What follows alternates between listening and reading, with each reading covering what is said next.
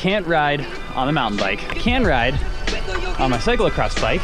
While Mackie is heading out to do road intervals, I get to go do some pre-riding, and then I have to tell him that it was actually like really awful and no fun at all. Max effort, but seated for 30 seconds.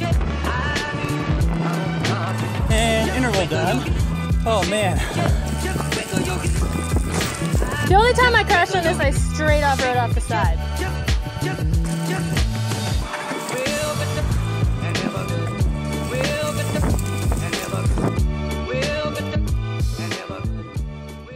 Hi guys, welcome back to the channel. I'm Mackie, that's Sid, and I was so jealous of all the attention Sid was getting for her knee being hurt that I had to one-up her, so I broke my wrist. Actually broke a bone. Yeah, not actually. I'm pretty bummed about it. It was stupid. It wasn't even like an interesting crash, but that's okay. So got x-rays in Boulder, and they said I should go see a specialist and follow up and just make sure it was healing properly. So I am here at Christus St. Vincent in Santa Fe. Gonna go see a hand and wrist specialist. Hopefully he says it's good, I should keep doing what I'm doing, and I'll be good to go ASAP. Hand surgery, that is not where I want to go. Oh no, we actually are going to the hand surgery entrance one. I'm scared.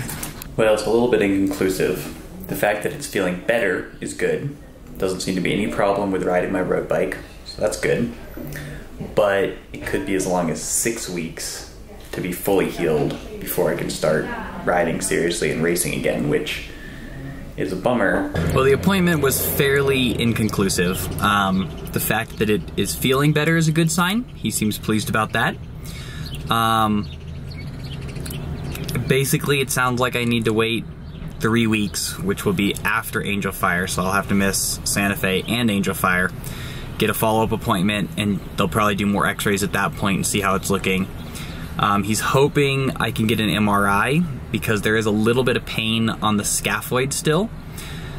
Probably it's fine, probably it's just a sprain, but because the scaphoid can cause all these problems, like we have a ton of friends who've hurt their scaphoid or broken their scaphoid, and like we had one friend who had to get a wrist fused. Like there's all this scary stuff with the scaphoid. So probably gonna try to get an MRI this weekend just to rule out any issues with the scaphoid, because I really don't want to find out, you know, 6 months from now that I hurt the scaphoid and that it's not healing and that I am gonna have big wrist issues.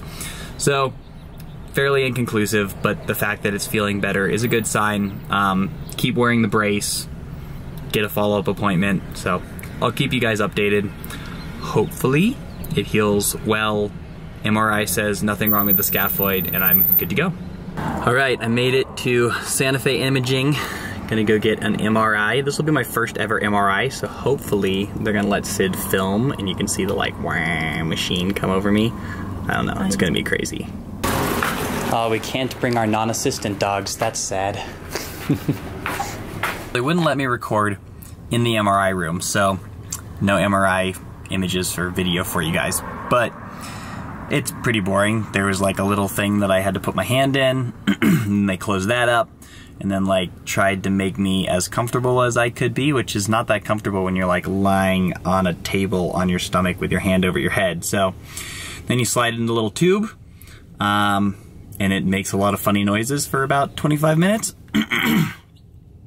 And yeah, that was about it. So pretty boring, but pretty straightforward. My arm fell asleep, so my hand was all tingly afterwards, but hopefully when they get the images, there is nothing broken besides the chipped triquetrum that we know of, that the scaphoid looks fine, and that I am healing well and will be able to be out of this thing and back on the mountain bike soon. So cross your fingers for me. Can't ride on the mountain bike. I can ride on my cyclocross bike wearing my brace. So basically Mike, our coach, said, what I'm gonna do is try to get you so that you are like ready to go. Legs are ready, arms are ready, everything's ready that can be ready for when your arm or when your hand heals. So I've been doing some road intervals and that's what I will be primarily be doing. Certain amount of circuit training, which works surprisingly well. I can do push-ups on my fists, and as long as I'm not bending my wrist, it's really not too bad. So I'm gonna go out, do some intervals on the road today. So while Mackie is heading out to do road intervals, I get to go do some pre-riding this weekend with some friends. He is pretty salty about it, so I'm gonna have to tell him that it was actually like really awful and no fun at all, and that the trail conditions were terrible, and that it just really sucked. Because that's what you do when you love somebody and they can't do fun things, is you pretend that you're not having fun either. That's true love. All right, I'm off. Going to train on the cross bike.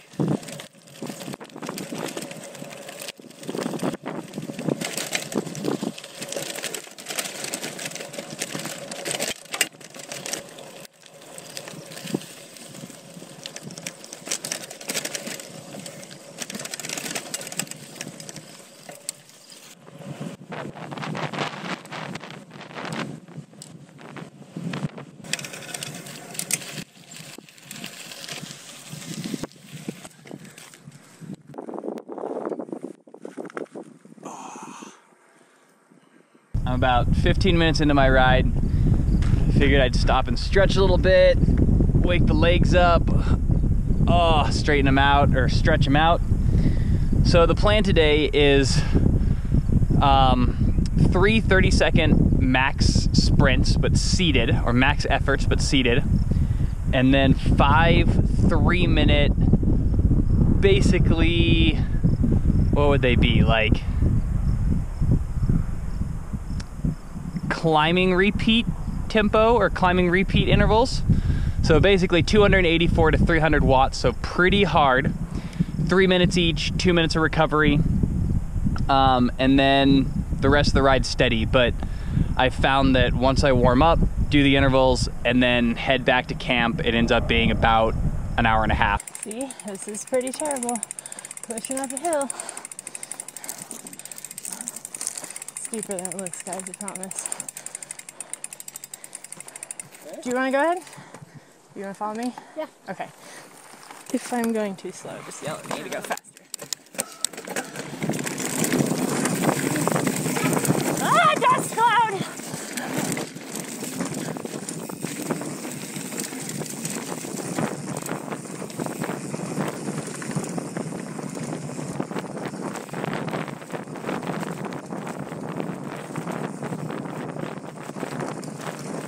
I'm here on the old Denver Highway, which is just basically a very straight road that parallels I-25, which is over there. And I just found it on Google Maps. It was close to Glorieta, which is where we're staying, and came out here. And when I did intervals last time, I think I saw maybe 10 cars the entire time. So that's awesome. I am very much into roads with few cars on them. As you can see, I'm all electronicked out. Because there were so few cars, I decided to go for headphones so that I had something to entertain me during my intervals. Usually I don't ride with headphones because I like to hear the trail, and I like to hear other people, and I like to hear cars. But on like a pretty much deserted road, when I'm doing intervals by myself, a little bit of music really helps. I've got this guy just so I can get you guys some footage, and obviously the camera that goes in here that I'm holding, and that'll be mostly just for talking to. But yeah, you can see it's a nice straight road, goes on for I don't know how long, a ways, and then connects into the road to Pecos, but there's way more cars on that one, so I'm just gonna go back and forth on this road and bust out these intervals. All right, I think I'll warm up for another maybe 5 minutes and then get these intervals going. This cracks me up every time I go by it. The Glorieta Fire and Rescue apparently always needs volunteers, so they just went ahead and put it on their permanent sign. Volunteers needed. If I lived in this area, maybe I would be a volunteer. Fortunately, I live in a van. Okay, had a good 20-minute warm-up, including some stretching. So I think I'm gonna go ahead and Get on those intervals, get them over with. First interval, max effort, but seated for 30 seconds. We'll go in 5 seconds.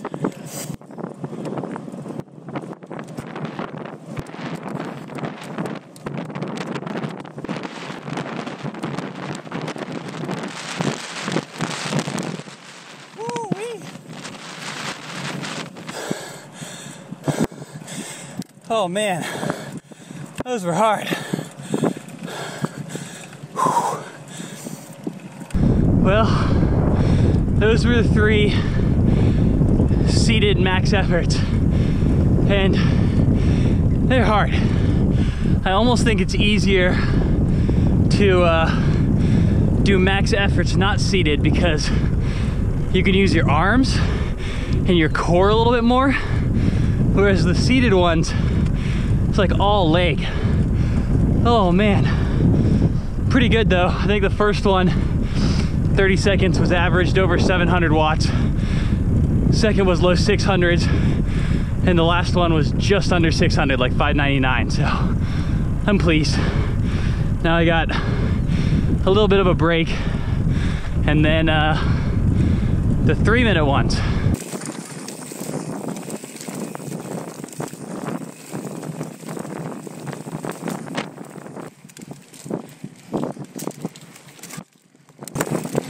Pedal, pedal, pedal, pedal, pedal, pedal, pedal.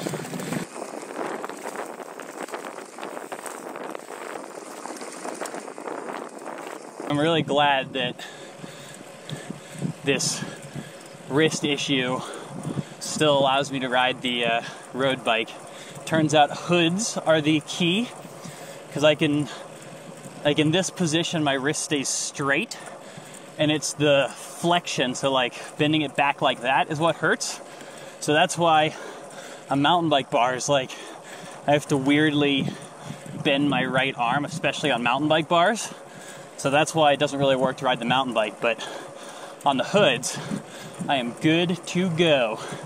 And sort of in the drops, but the drops I get like a wrist bend like this, which also kind of hurts. So pretty much just riding the hoods right now, but I can deal with that. Get my legs ready. It's actually been a long time since I was on a road bike. I sold my last road bike in 2012. So that's what, 6 years ago?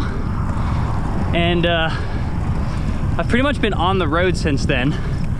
And it didn't make sense to have a road bike. It was like just another bike that I would be carrying around, that I wouldn't use that often, or that I would just leave at my parents' house. So I got rid of it, but I have to say I'm pretty stoked about this bike. These are the first 2 cars that I've seen on this road. 1, 2, it's pretty good. But yeah, I'm really stoked about this bike. It's pretty cool, kind of the technologies that have changed since I had a road bike last. One is hydraulic disc brakes. I think they were just beginning to be a thing, but nobody really rode them. So super stoked on that. And then, besides the fact that it just pedals way more efficiently because it's got teeny tiny tires and no suspension, the thing I'm most stoked about is that I have bottle cages, because on my bikes the last couple of years, bottle cages haven't fit, or bottles haven't fit, because of the piggyback on the shock. So pretty stoked to have 2 bottle cages and be able to ride with just a pack with a couple of tools in it and then 2 bottles. Pretty awesome.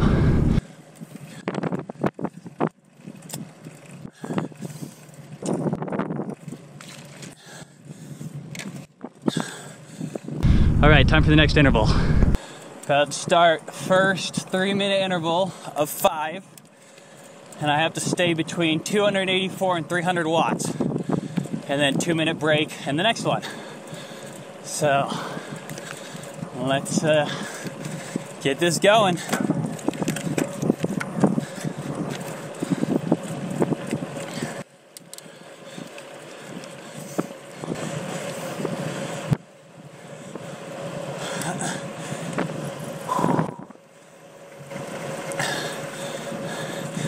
All right, 303 watts average for that one. So overachieved a little bit, but I'm okay with that. All right, I'll see you guys probably very shortly.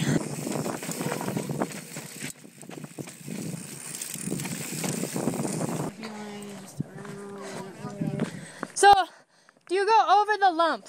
Yeah, he went over the left side and like hopped off of it. Oh. I know. Damn it, Alex. I always go like ride the edge, but it's like a little scary. Yeah, because there's a hole right there. The hole is generally fine. The only time I crashed on this, I straight off rode off the side. Like a total dumb, yeah. No, I just rode, I wasn't pointed the right direction, which is easy enough to do, you'll realize when you ride into it. Like, so you really think I should roll over the lump? My scariest moment when I rode this before was down there with that rock, because I, like way at the bottom, just because. Right at the turn there? Yeah, because it's hard to slow down.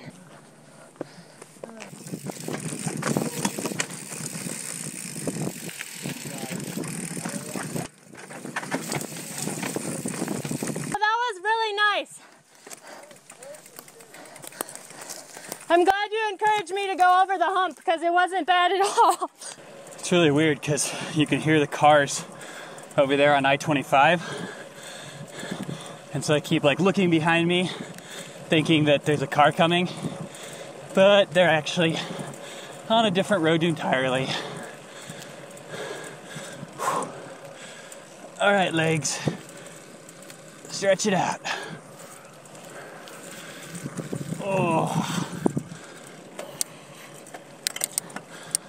I want to give a quick shout out to our Patreon team members. You guys are amazing. It's really huge for us to know that, like, when stuff happens, like I break my wrist or Sid's knee flares up, that you guys have our back, and that like we have this awesome community of people who are supportive, supporting what we're doing, rooting for us. That's really huge. It makes a big difference and like helps us make the effort to like get back to race pace and put in the PT and put in the training, and like, I don't know, it just makes a big difference and we really appreciate you guys. So thank you. And if you haven't joined our Patreon team, we'd love it if you'd go check it out, see if that's something you want to do. We put in a lot of work for these videos, obviously shooting them while doing intervals or pre-riding or whatever, but then every video is probably 6 to 8 hours of editing, and then we have to find internet or decent data or something to upload it. So a lot of work goes into these. If you like them, if you want to help us keep making them, that would be huge. Go check us out on Patreon, and yeah, love to have you join the team. I also wanted to mention that despite the fact that we talk about Patreon a lot, we understand that some of you just aren't into Patreon or aren't in a position financially to join us there, and that is totally fine. Do not hold that against you at all. Just having you guys watching our videos, subscribing, leaving comments, thumbs up, all that is huge as well. So I just wanted you guys to know we really appreciate everybody who's here. So thank you guys. Those are cars number 4 and 5. And interval done. Number 3. Just a little bit of overachieving again. 303. But that's close enough to 300 for me. Whew. All right, 2 left.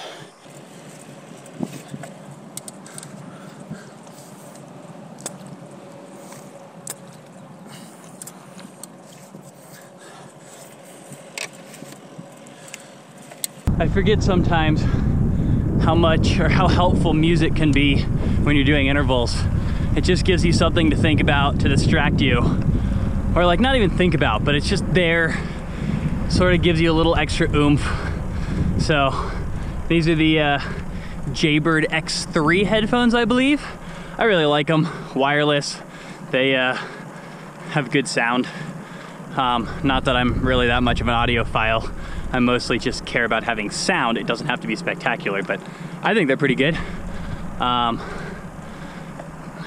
From my understanding, people who really understand sound are like, no, wired is always better, and you know, there's all these things, but I'm just not that discerning because I generally know the song so well, because for me it takes like 3 times of hearing a song and then I kind of have it memorized, that as long as I can tell what song it is, I can sort of sing along and then I'm good to go.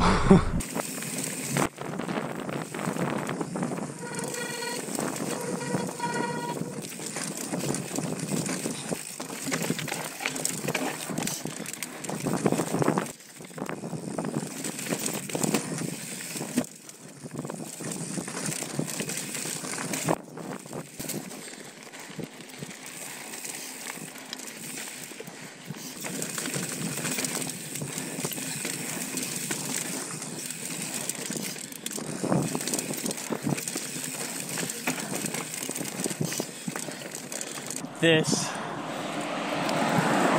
is car number 8, I believe, that I've seen on this road.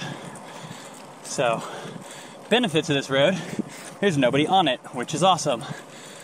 Downside is that there are quite a few cracks, which normally I wouldn't mind, but with my wrist, when I'm trying to do intervals, so I'm like tucked down and going hard, it's hard to baby my wrist, so the cracks are not that great. But I'd take cracks over cars any day. Woohoo!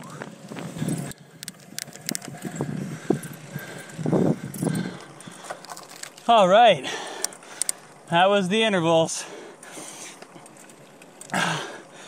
I believe I overachieved on all 5 of those, but basically just like a little above 300 on all of them. So the high end of my range is supposed to be 300, a little bit above that. I don't think Mike's gonna be disappointed. Oh man, that's hard though. Let's see what time I'm at. An hour, so I've got half an hour still. I think I'm just gonna mosey my way back to camp.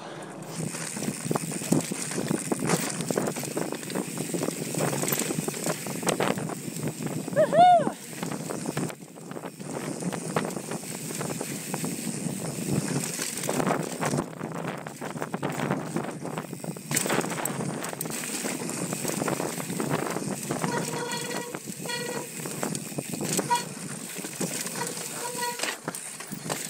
You can go up and over that. No!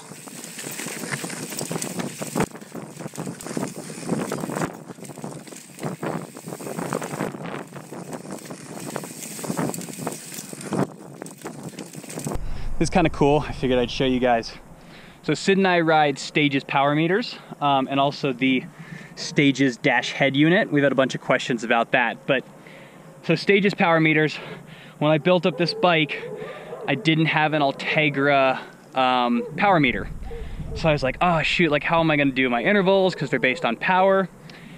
And so I was like, well, at the very least, I'm gonna try putting my XTR power meter, which is the one on my mountain bike. I was like, I'm gonna see if that happens to fit. And it turns out it does.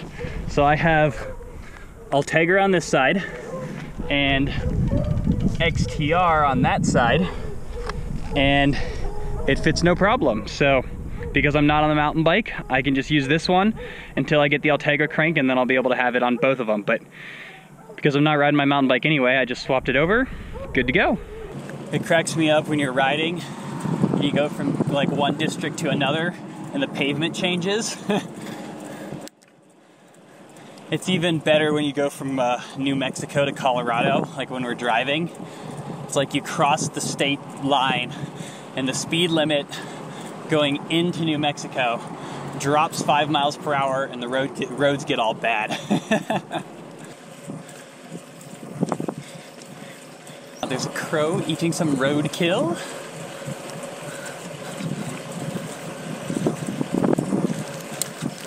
What you eating there, buddy? Ah, ground squirrel, yum. My favorite.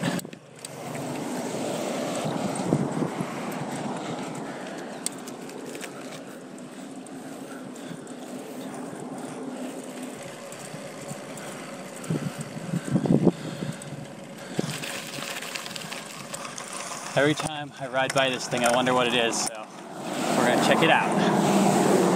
Okay, so apparently this is the Glorieta Pass Battlefield, National Historic Landmark. Civil War battle fought in this pass is often referred to as the Gettysburg of the West. Basically, it sounds like the Confederate troops were planning to take Fort Union, which was a major supply base, and they were gonna head to Colorado and California.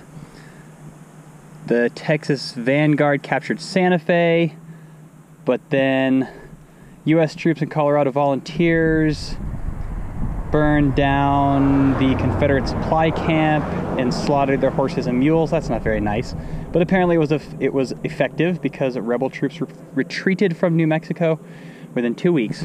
There you go, the Gettysburg of the West. Learn something new every day.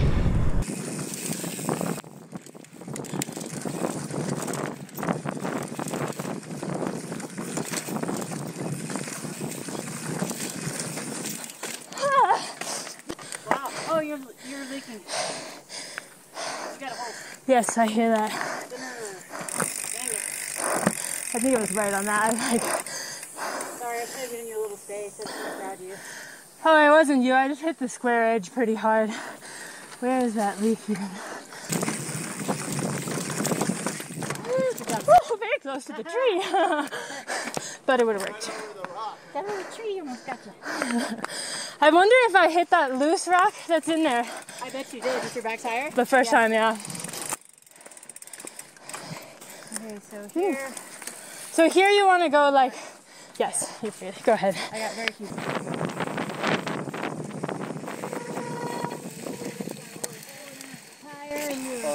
Wah, wah. Like on the rock step ups, there's like someone put a dumb little rock in it, and I think I flatted on that. But our sealant stopped it immediately. It's pretty cool. Yeah, I'm low though. I was squirreling. Oh, really? I'm probably gonna go back to the campground.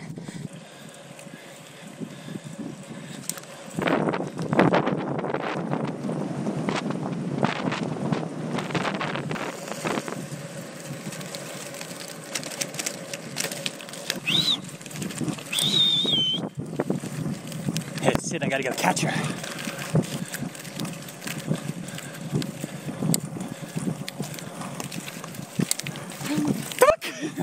Yeah. Dang it! I had this sense of something like. Oh, I was trying to sneak you and you saw me at the last second. Oh my god, Mackie Janker was so good. Oh, I'm so jealous.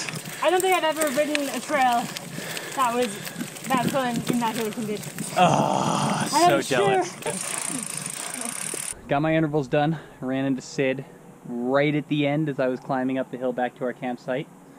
So now we're gonna eat some lunch, and I think this afternoon I'm gonna get some editing done, because that's what you do when you have a hurt wrist, is you do whatever training you can and then you try to catch up on videos. Hooray! Thank you guys for joining me on my interval ride. I know it wasn't that fun because I wasn't getting to ride cool trails and follow Sid, who's an awesome rider.